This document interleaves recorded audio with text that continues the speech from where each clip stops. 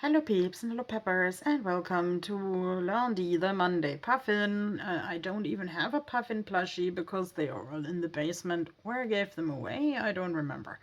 Anyway, my friend here gave me a dodo many moons ago, and I love this dodo. And I mean, this is also like a good example of a clumsy bird that, let's say, disappeared because of overhunting and ecological changes. So that leads me to my question about puffins that I got. Are puffins protected in Iceland? Lo and behold, I thought I could get like more information than the English speaking public because I read Icelandic, but actually the Office of Natural Science cited a whole lot of laws to the effect, and like I'm not good at reading law texts, and actually my friends encourage me to believe that most people are not good at reading law texts. But what I could filter out of those, no guarantees, is that if you live in certain regions and if it's a particular time of the year, and if you had obtained a puffin hunting license before 1994, then it is legal to hunt puffins. I'm actually thinking of presenting this video like as a first step towards research, because I shall make an effort like when I'm healthier again. Oh yeah, if you have never been here, hello stranger, I'm sometimes bedridden and I'm making YouTube videos about my life reality as a disabled artist in Iceland. So when I am back on track with my health again, I might like take an interview with a ranger or a nature scientist. Yeah, I met the coolest puffin expert at the presentation about my puffin tarot the other day. But okay, English speaking sites on the internet actually seem to emphasize more like what meaning the puffin has for the tourists and also for the ecosystem, because it is specialized on only one type of fish, and then it already had to change to another type of fish to mainly survive. So like this English page by a Natural Protection Association that I think was called Ocean Mission, was really written with love, but yeah, pointed out like the economic factor of protecting puffins, because money talks.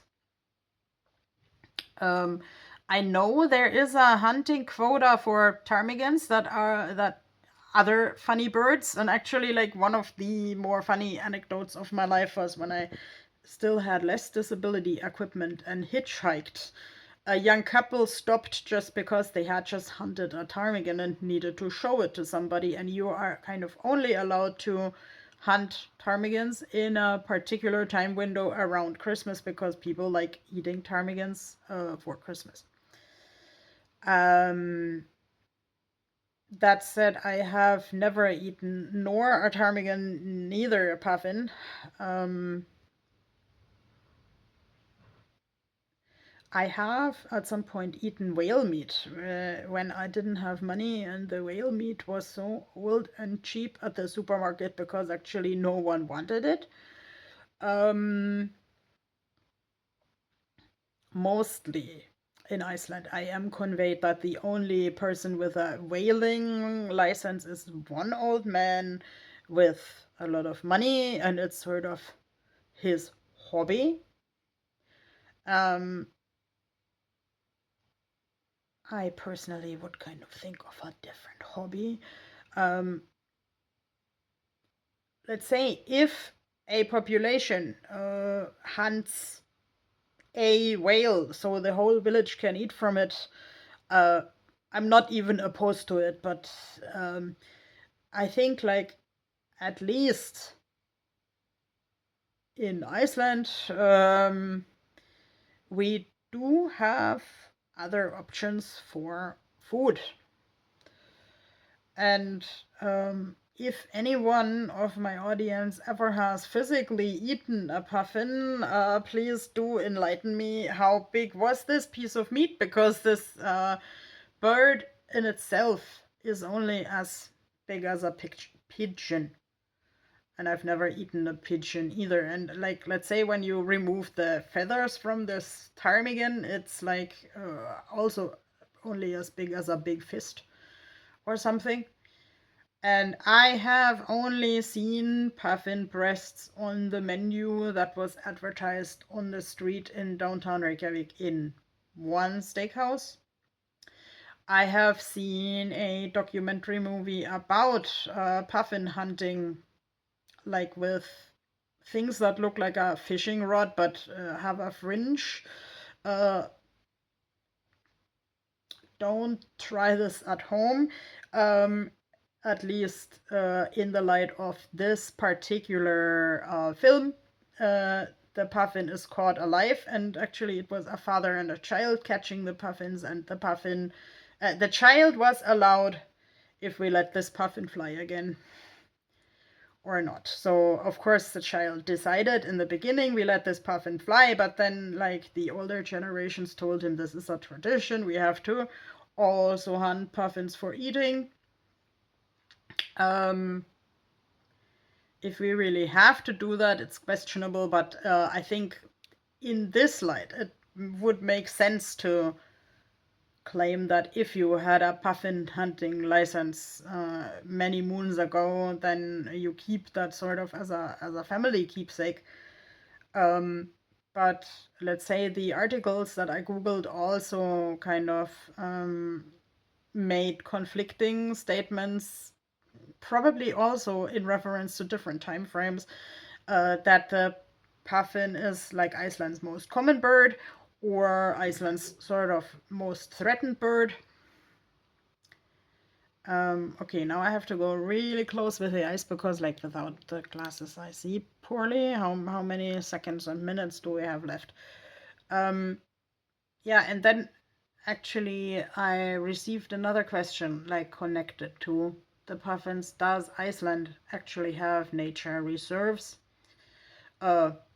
I just dutifully googled, does Iceland have nature reserves? I actually learned the last autumn that like even what browser you have may influence your search results. So actually my friend with her normal Google browser found a different coffee shop than I while we were searching for the same thing. But yeah, searching for Iceland's nature reserves actually began with a warning that Hornstrandir, like the corner beaches of the West Fjords of Iceland, are a big nature reserve, but they are also like one of the most dangerous places in Iceland. So you shouldn't go there unprepared. You have to go there when the weather is good. So you either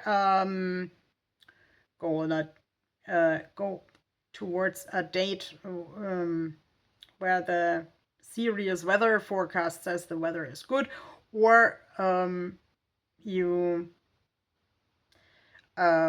like really have really firm travel plans, and then you have to live with the risk to end up in hurricane like storms. And like let's say even people with high quality tents and much hiking experience are supposed to have had a problem there. And actually, like one of my first experiences with a nature reserve in Iceland was like 20 years ago when I attended a just a concert by some bands that I liked and some bands that I didn't know.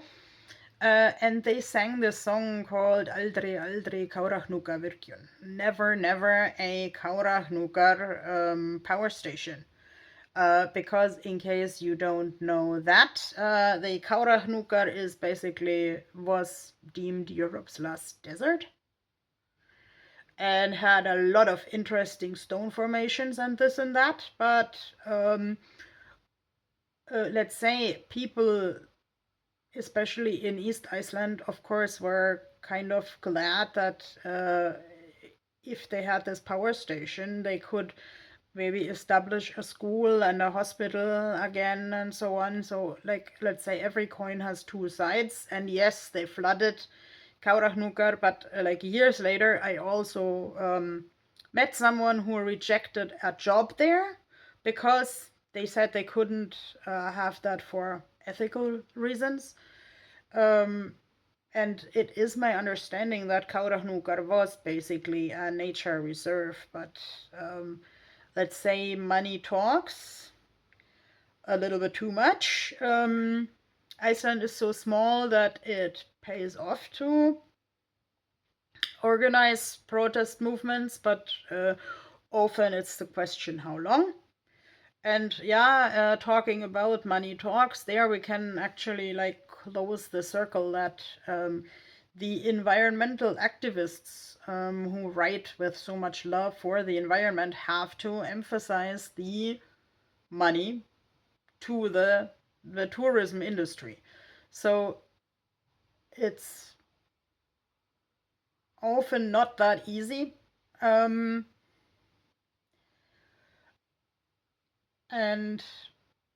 I can only hope that also even my art creates more discussions about what we can do to at least keep the climate change at bay. Because I think everybody has heard this like comparison with a canary in a mine. I mean, this is this yellow little bird that starts beeping when, let's say, there are gases in the coal mine that the people wouldn't necessarily notice yet. So maybe the puffin is a canary in the mine, and we should be good to it, even though like a canary goes like, and the puffin goes like, buh.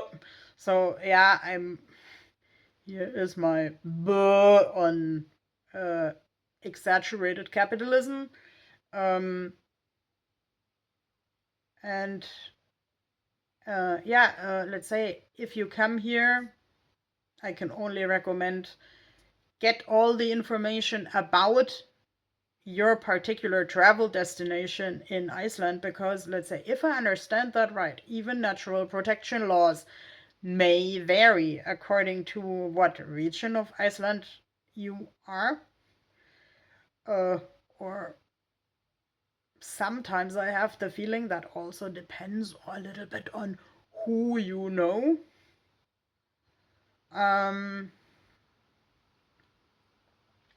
Don't quote me on that, but that's just sort of my personal experience that you can do a lot of things here if you have the right connections. And I wish you a good evening with good health and the connections that you like. Bye bye.